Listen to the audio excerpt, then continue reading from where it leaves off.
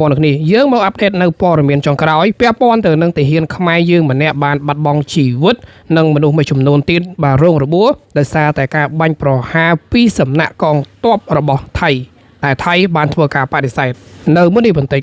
ពលរដ្ឋខ្មែរយើងម្នាក់បានបាត់បង់ជីវិតនិងមួយចំនួនទៀតរងរបួសត្រង់កន្លែងផ្សេងដោយសារតែការបាញ់ប្រហាររបស់កងទ័ពរបស់ថៃនៅភូមិព្រៃច័ន្ទនាល្ងាចថ្ងៃទី12ខែវិច្ឆិកាឆ្នាំ2025នេះ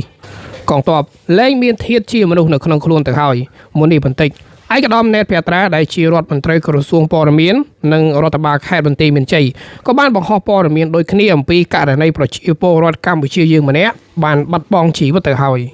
លោកណេតភត្រាបានបង្ហាញរបាយការណ៍បឋមថាប្រជាពលរដ្ឋ4ទៅ5នាក់ត្រូវបានរងរបួសក្នុងចំណោមនោះអ្នកខ្លះត្រូវរបួសជើងអ្នកខ្លះត្រូវពោះបើតាមរដ្ឋបាលខេត្តបន្ទាយមានជ័យកម្លាំងទាហានថៃបានប្រើប្រាស់នៅប្រភេទកាំភ្លើងគេហៅថា RPD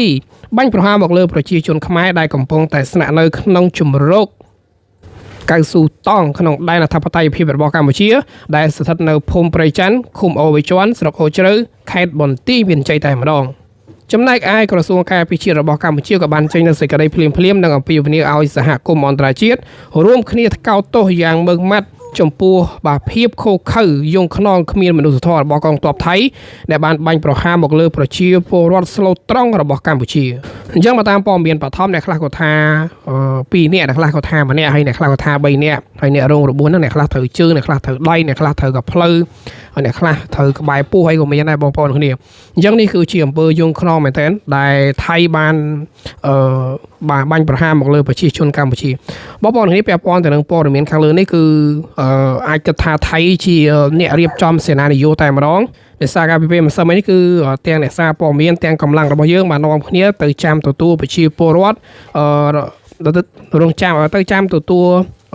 ទាហានទាំង18នាក់របស់កម្ពុជាដែលសារព័ត៌មានខៅសុនរបស់ថៃបានធ្វើការចុះផ្សាយថានឹងដោះលែងបាននៅថ្ងៃហ្នឹងក៏ប៉ុន្តែខាងកម្ពុជាបានរៀបចំទាហានឡានពេទ្យបាទព្រះសង្ឃរហូតដល់ទៅ300អង្គបាទសម្រាប់ទទួលស្វាគមន៍ទាហានទាំង18នាក់របស់កម្ពុជាក៏ប៉ុន្តែអត់មានទេក៏ប៉ុន្តែនៅពេលដែលខាងកម្ពុជារបស់យើងទាំងទាហានទាំងអ្នកកសែតទាំងព្រះសង្ឃទាំងពេទ្យអីហ្នឹងគឺនាំគ្នាទៅ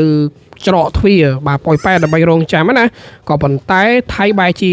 មានលេសឃើញឱកាសស្ងាត់បាទនៅភូមិព្រៃច័ន្ទបាទស្រាប់តែថៃបានធ្វើការបាញ់ប្រហារ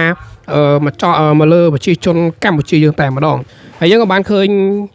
នាយករដ្ឋមន្ត្រីរបស់កម្ពុជាក៏បានចេញមកថ្កោលទោសនិងស្នើឲ្យអន្តរជាតិស៊ើបអង្កេតទៅលើបញ្ហានេះផងដែរហើយយើងសង្ឃឹមថាបញ្ហានេះនឹងត្រូវបានដោះស្រាយហើយសង្ឃឹមថានឹងមិនមានការបាញ់ដូចសង្គ្រាមដែលយើងបាញ់គ្នានាពេលកន្លងមក